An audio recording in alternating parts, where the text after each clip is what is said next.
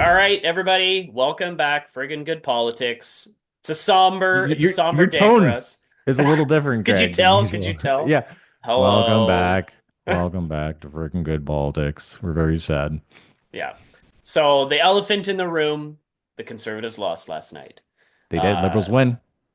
Liberals won a minority. Remains to be seen. There are some special ballots that are still being counted. There Hmm. is a small chance. I did some number crunching. It's about 20% that they could flip enough to win a majority, but Right. that's a 1 in 5 chance. The other chances are they just keep their minority. There's a slim chance that the Bloc and the Conservatives flip enough seats to get back to that like coalition level, but that's Hmm. like the smallest, like 5% or less chance. So anyway, as it Yeah. stands right now, Mark Carney, congratulations to him.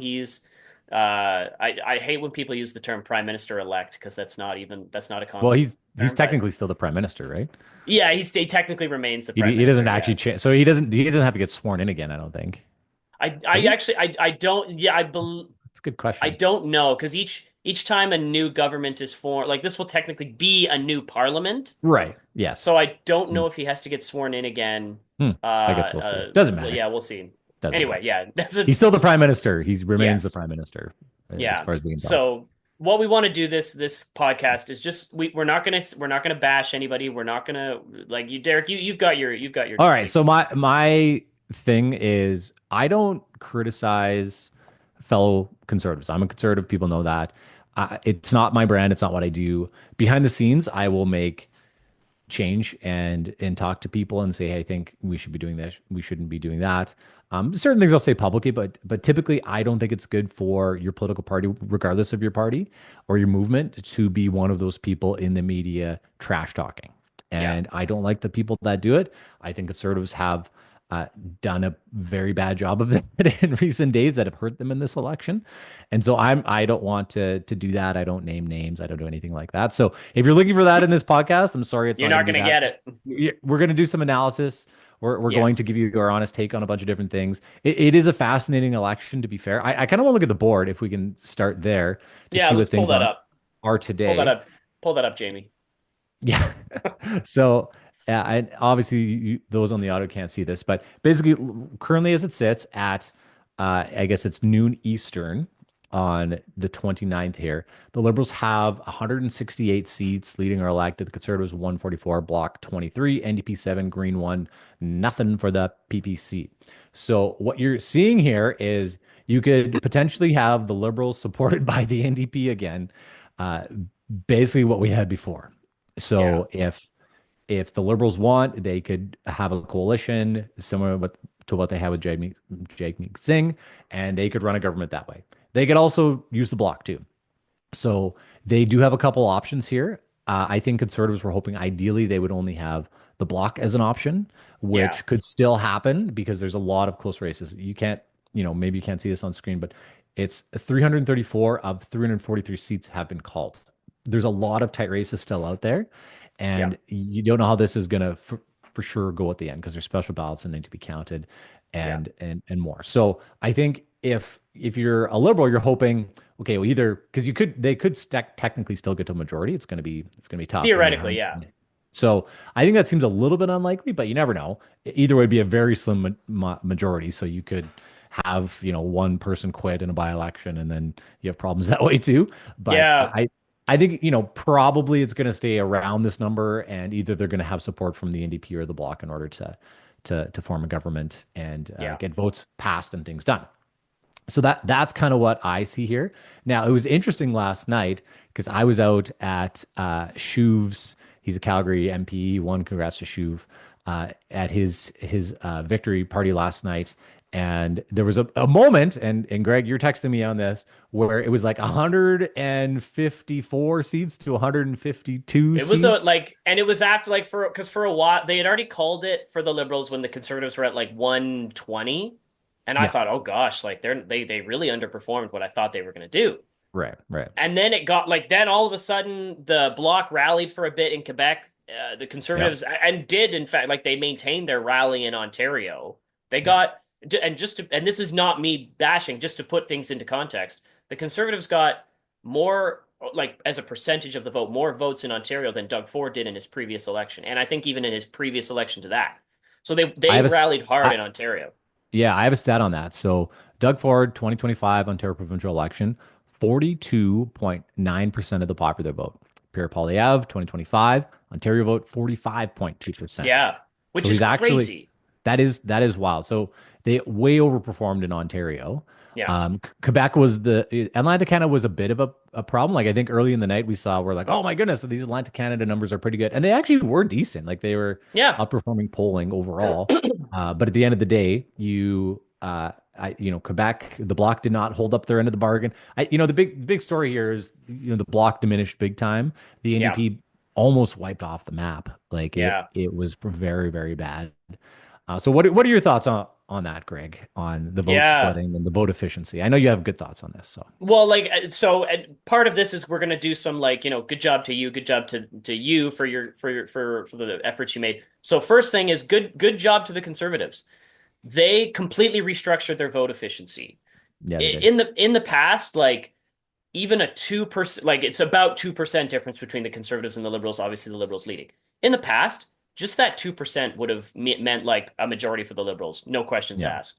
Yep. Because the Conservative vote efficiency used to be so, it was very concentrated in rural areas, but in like, and they were Mhm. a little bit competitive in rural urban split ridings, but urban ridings, you had to win by like 10% to even have a chance of winning. But now we're winning like basically half the seats. Well, the CPC is winning half the seats in Ontario, which is quite good for them. Like that is a Yeah. voter coalition, and it seems like something they're going to hold on to. Like, and on top of that, they're winning basically. Other than one seat in Niagara and two London seats, they have swept all of southwestern Ontario, Yeah. including Windsor and Niagara, and even like a little bit of Hamilton. Yeah. They took all of York, like a good chunk of the 905, Brampton. Like I was surprised they weren't more competitive in Mississauga, Hmm. considering how competitive that was for in the Ontario provincial election. Right. But yeah, the honestly, and I don't even mean this with any particular malice, other than like you guys absolutely deserve this. Uh, like the biggest losers of the night were the NDP, the They were. NDP Yeah. party, and then second to that, Jagmeet because he got it. He lost slightly less because he got his pension in the end. But like Yeah. The Jagmeet pension. Yeah. but like it was just wild watching that concession party. They were like cheering for victory with 7 seats. Well, Like they it's lost crazy. at this time. They've lost 17 seats. They lost 11.5% of their Yeah. vote from the last election. So that is crazy to me. It's That it's like it's how do you have wild. optimism there? I don't get it. Yeah. I mean, Jagmeet Like he or Jagmeet he was very emotional during his speech last night talking yeah, he about his was. family and his friend. But I Yeah. mean, I honestly don't even know if he realizes like what he did here. Like Yeah. and reading about like and this is going to be something mentioned for years to come. Had he called that election in November, October, something like that, he'd Mhm. be like a 50-seat official opposition leader. Yeah. But he didn't And he didn't like Pierre Poilievre. So he it's yeah, basically eviscerated his own party in order to get the Liberals back in, is what he did. there was a Toronto Star article. I don't know if anybody is aware of this. There was a Toronto Star article asking like that basically interviewed him about this. Yeah. And Yep. Jagmeet said, or Jagmeet is the technical way to say his name, I guess. He said the reason why he didn't pull the plug was because he personally doesn't like Pierre Poilievre. Yeah. And I mean, like, okay, I guess I respect that in terms of like the game of politics, but like Well, that was a poor play for your party. Very poor oh, for play for sure. your Like party. I've talked to a lot of people about Jagmeet. He's not a natural NDPer. He's actually a liberal, is what he is. Yeah.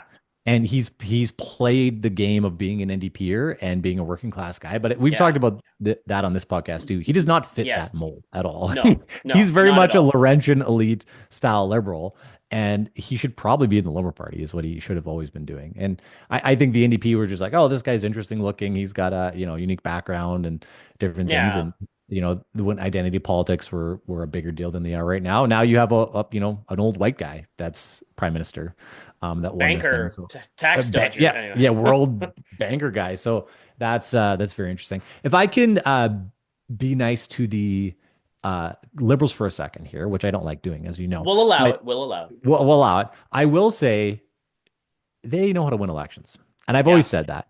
I critique them in government a lot, but when it comes to winning elections, they are so malleable to be able to be whatever is needed for the season at hand.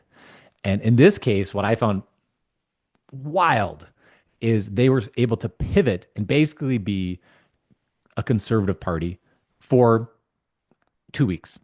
Yeah. So they Yeah. canceled the carbon tax. All of a sudden, Carney's talking, hey, we're going to be an energy superpower. We're going to build pipelines. Oh yeah, those corridors, national energy corridors. Sure, let's do that. And it was basically all this conservative policy coming out, tax cuts, all these things that it really put Pierre in a tough position because those are Yeah. all the things that he's fighting for. And then it's like, well, Carney's going to do them all. I don't think he's Yeah. going to do them. I think it was a complete lie. Press But X to doubt.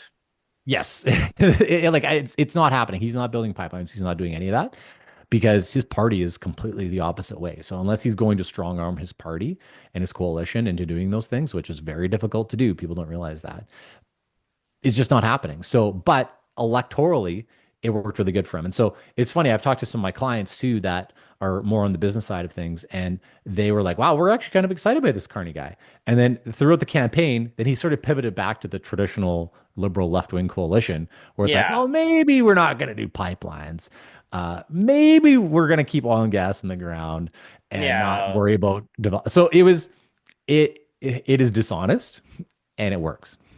Yeah, It the problem is it's such a cynical way to run your country, and I it actually is. blame that kind of cynical. Like again, it works. They get It elected. works. I'm not denying that, but it's the Yeah. reason why. It's part of the reason why, not the reason. Part of the reason why the country is so divided right now. Yeah, it is. It is, and it's also because voters like if voters don't, and the same you could make the same argument about Ontario, Yep. where Doug Ford has failed on certain files, like people would say he's failed on healthcare and housing. This isn't the I'm not going to make that So argument has here or every debate that here. provincial premier in the I mean, country. yeah, Like there, exactly. healthcare is bad everywhere in Canada for lots of reasons. And yes, Yes, there's lots of critique the Ford government for, but I think that's yeah, there's lots of blame to go around there. But sorry, yeah, continue your thought. but like the idea is like if voters don't like oust governments, then those governments will continue to use those Yeah, similar path. cynical methods that You're right. like let them won before. So that and I'm not necessarily trying to make a direct argument here. This is just sort of an observation about I You're think right. what's going on as a result of those cynical tactics. I think people just don't pay close enough attention is the reality here. So Yes, this was a low um, information election. yeah, and it was hard. It was a Sadly, very noisy election with the Trump stuff going on. And yes, again, the liberals pivoted very well to yeah, the Trump factor, and they made that their entire campaign. yeah, And you saw that, I saw some, negative Nancy's online that were saying for boomers, the number one issue was Trump, and at the bottom of the list was making Canada a better place. yeah, It was all the hope versus fear, which we talked about, and fear won out. And fear typically does win out here, folks. So here's yeah. I'm going to give you a hockey analogy here because it's the NHL playoffs. Let's do So it. the best teams in the NHL are psychopaths. They do not play by the Correct. rules.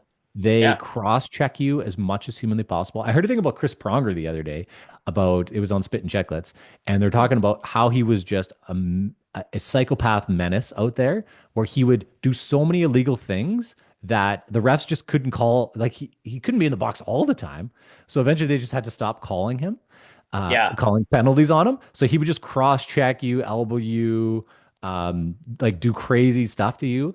And it worked. And so he's playing within the rules of that game and what he's allowed to do. The Liberals are doing the same thing, and are they're playing the game better. It's something that Maple Leaf fans have been mad about forever. Now with Craig Berube, he's actually a guy that when he won with St. Louis was so dirty in the first yeah, like 2 or 3 games. They got like a cajillion penalties. I can't remember how many.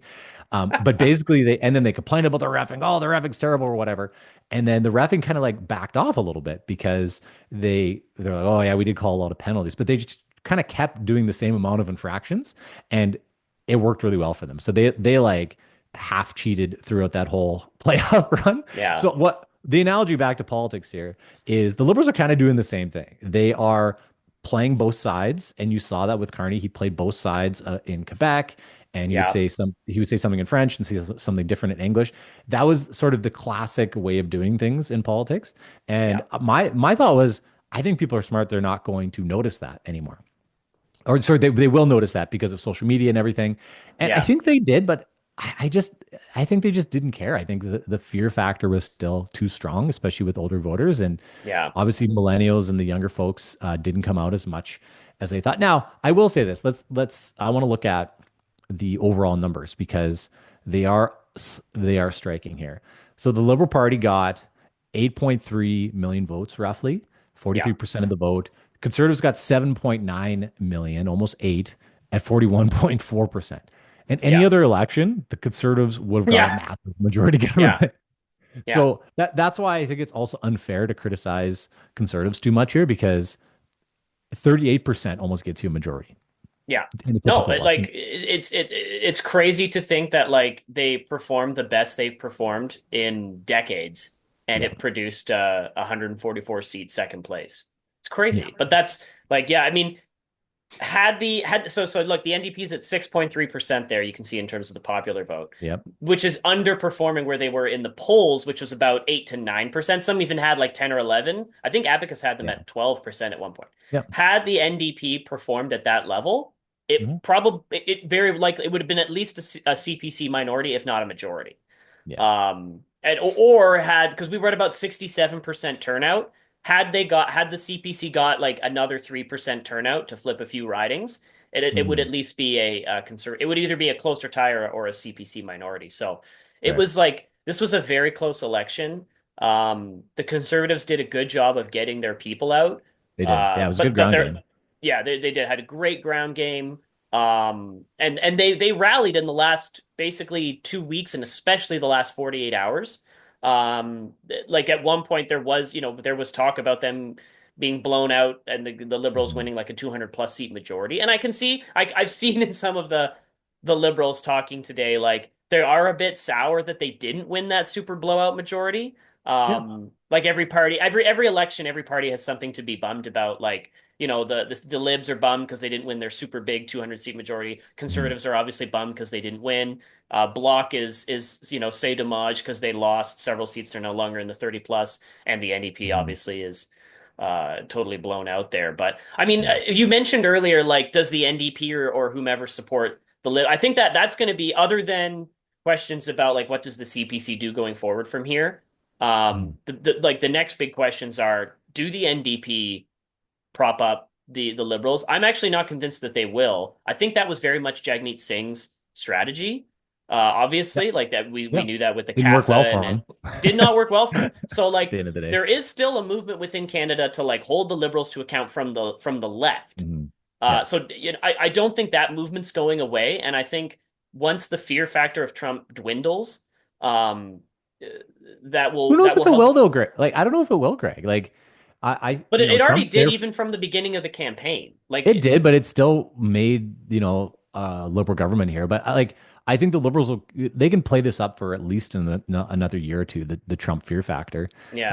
Like Trump's going to do crazy stuff for the next while here. And who know, he's erratic, right? So But you I don't know what he's going to do. And so if Carney can still keep this sort of, hey, I'm going to be a calming force here. And his boring, weird style was like, very effective for him in this, and it may still keep him at a place where it's fine. And if he can rally a bunch of the other premiers together and build good relationships, I think he's going to be okay. Now, you could still have another election in 6 to 18 months as well if Carney starts to fail and flub. I think it depends on if Pierce sticks around or not. yeah. So him losing his seat is tricky, but Yeah. I think there's a lot of conservatives that would like to see him in because who do you want as an opposition leader more than Pierre Poilievre? Yeah. He's going to destroy Carney, I think, and be very effective at that. Now, I'm sure people have questions about, well, can he win an election? He didn't win this one. Well, their vote count was up like 7% from last election. Is that what I saw? Yeah, Yeah, it was 7.7. way yeah. Yeah, so it's like it's one of the best results the conservatives have ever had. So if you have the NDP that starts to gets a new leader, is it an effective uh, person again? Effective opposition. I was going to call them opposition, but they're like not even opposition. So I don't know if they're going to be a coalition or whatever. But basically, with Jamie Singh, he was so done. It's the game will have to change. People are saying, "Oh, Yeah. the NDP's done forever." I think that's an enduring brand. The NDP, I don't think it's Yeah. going away. I It don't seems to think so come either. it goes up and down. Like I tell people, this is in business, this is in politics. Everything rises and falls on leadership. Yes. So Yeah. if you have a good leader for the NDP, like Jack Layton was around for a long time and he just had a really good election. He became official Yeah. opposition. I think the NDP can do that again. And it's same thing, people thought the Liberals were going away and then Justin Trudeau revived them. And then we thought they're going away again. And then Mark Yeah. Carney revived them and they were And able the to same thing pivot. happened to the bloc. Like at one point, the bloc was Yes. based. Everyone thought, oh, after that 2011 election was like, oh, is there ever going to be a bloc ever again? And they're then they went back up to 32. Now they're around 23. I will say though, to the question of how and this is the one of the other big questions following this election is Hmm. for Mr. Carney. Like, so we know that he's not going to deliver on a lot of these things. Crime's not going to get better. Inflation's going to get worse. Trump Yep. is going to take him to the cleaners on this tariff thing because that's Yep. who he wanted to win. He said so on multiple occasions. Right. He's got the exact same cabinet who was already crashing out a year ago because they're so tired and exhausted. It's the Hmm. same cabinet with the same policies. Like nothing's going to change. This is a very tired fourth term liberal government. Yeah. I It don't think is. we're going to see any major change. And now they have to go and fight a very invigorated Mr. Trump who got what he wanted and is now going to Mhm. like try and take them to the cleaners. I don't know if they're ready to weather that storm. I Yeah. really Well, don't. for me, like I think, yeah, certain members of the cabinet are tired. Like if I was Christian Freeland, it's like I'd be like, man, I'm doing this again. Well, Like is she going to write another letter? She talked about keeping her she did her whole resignation thing, keeping our nose dry about gimmicks, which by the Mhm. way, the gimmicks that the Liberal Party was doing at the time were Mark Carney's suggestions. So Yeah. is now with this like blowout budget that he was recommending, like is she going to write another resignation letter? Is she going to resign or I have no idea. No, What's no, going no. on She'll be here? fine. As long, here's the thing: everyone falls in line as long as the leader's Yeah. popular. So if Carney can keep pivoting and be effective in people's minds, he should be okay. Now, there's the idea of Western alienation that is cropping up Yeah. already. I've had a lot of people call me and text me about this already being in Alberta, and I don't know if it's going to have legs or not. It feels like it's the same characters for me that have always been upset about this that are still upset. And it really Yeah. depends on what Carney does. Like I think Carney could calm it down by giving Alberta some concessions. I think he should. I think that would be a very, very Energy smart cap thing. needs to go yesterday if he wants. That's the very first thing he needs to do if he's going to Yeah. maintain any semblance of a unity across the country here.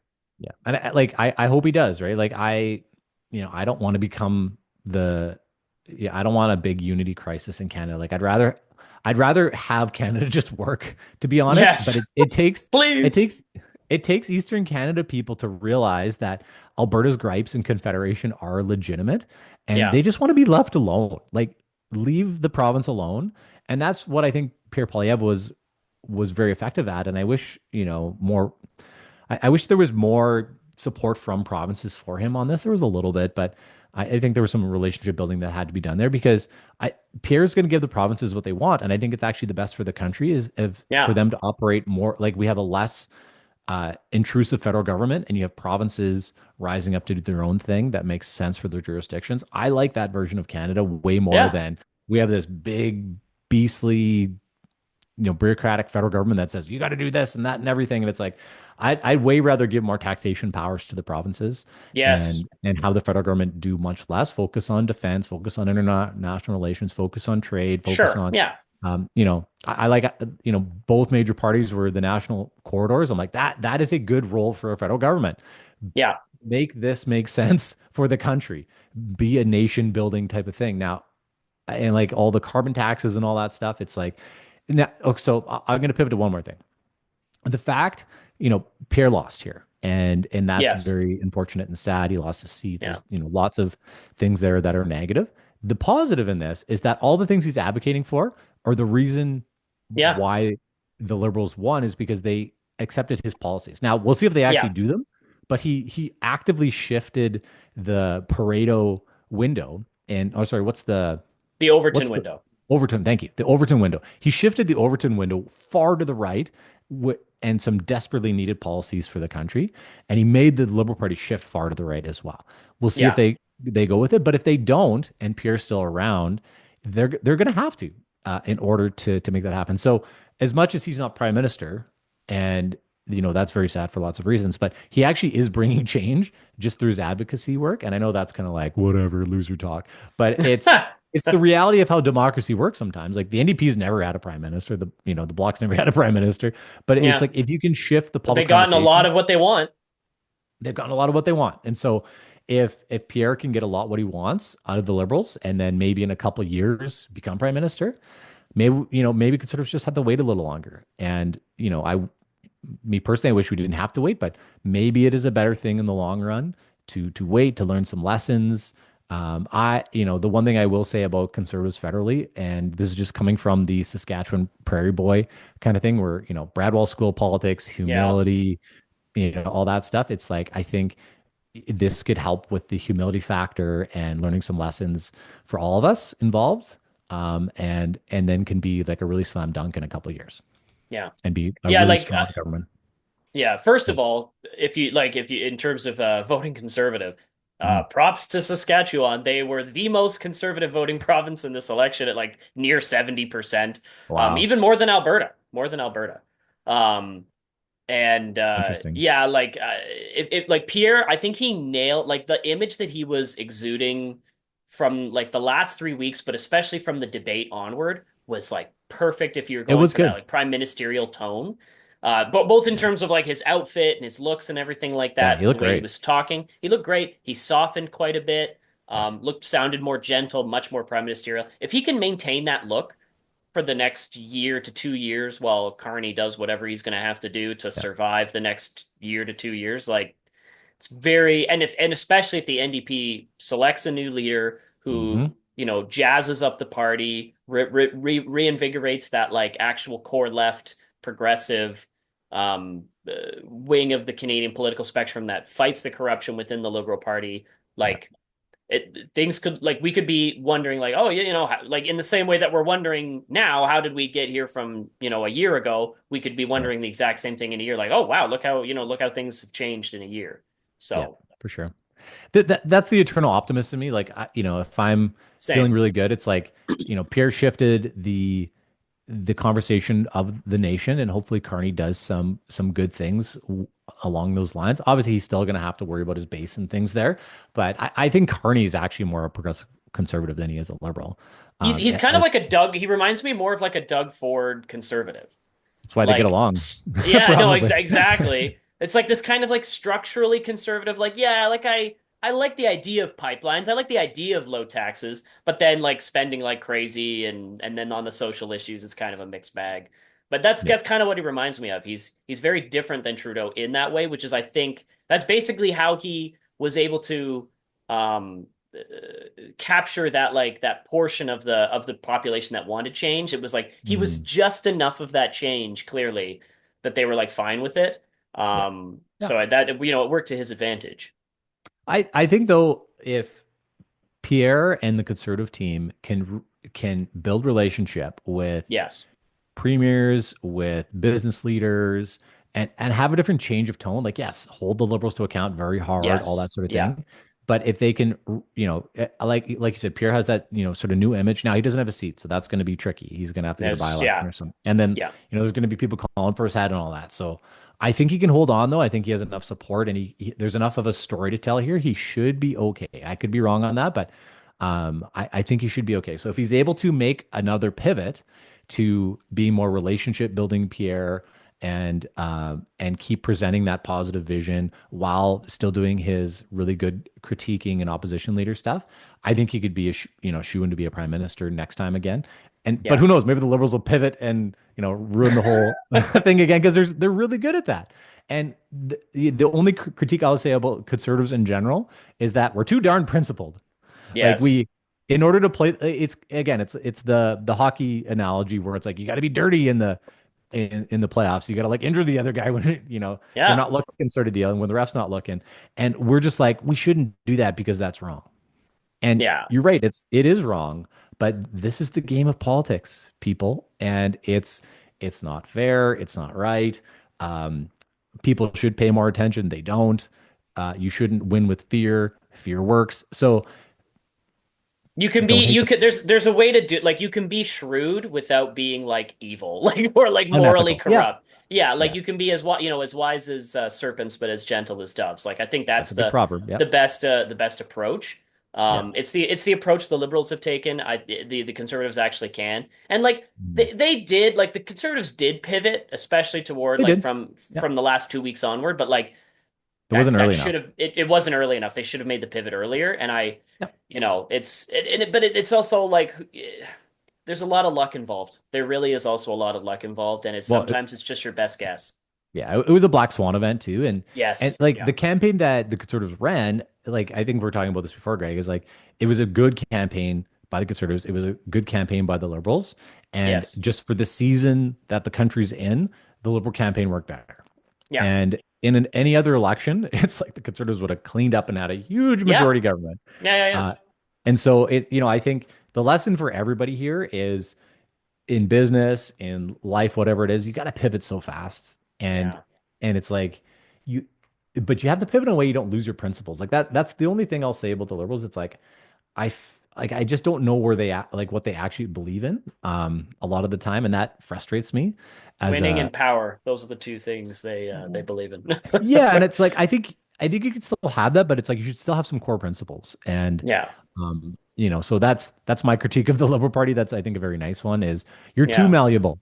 You're like yeah, you should have some actual foundational principles that you live by. And I'm sure if we had a liberal in here, and maybe we should get a liberal in here, they'd be like, no, we do have principles, but we just like winning more than the principles. yeah, Uh, but yeah, I think maybe that's a thing we should try to find a liberal and say, hey, what did you guys do? You guys cooked us pretty good here. Let's hear your game plan, yeah. and we can ask them some of these tough questions and be like, are you guys actually principled? Are you not? Or are your principles win because we're the best for the country? Like that's possible Yeah, too. I I don't mean, know. I have heard many a liberal voter, many a liberal strategist say like our principles are whatever we need them to be in the moment. So like I've heard them say I've heard that that out too. loud, like they're Yeah. not coy about it at all. No, and But it but might yeah, be, it probably would be good to have a liberal on here at some point to talk about you it. know what they would say, and we can wrap up with this. Like if I again, I'm being very gentle and nice to them, but they would say we do whatever the country wants. Yeah, Their principle is we do whatever the voters want us to do. So in this yeah. case, they wanted the elbows up, and we can talk. We're out of time here, but we were going to show the cringe video of Oh, Carney and his oh. and his wife doing the. It was like a weird kind of like They're elbows up doing dance. this and Yeah, and like it was and she was like dancing back and forth. It just looked it was I died from cringe. yeah, it wasn't great. But like again, this sort of like old cringe thing was like sort of their brand and it worked for them. It's like it's what the country wanted is they wanted an old boring guy that would just do the job that they thought needed to be done. Let's So well hold on. Let's be clear. What's not what the country wanted. It's what like the boomer liberal voters wanted. Like that's the what they people that wanted. showed up to vote, let's put it that way, Yeah, voters. the people that So showed up to vote. Yeah. yeah, and I think what you can still say is boomers still control the country.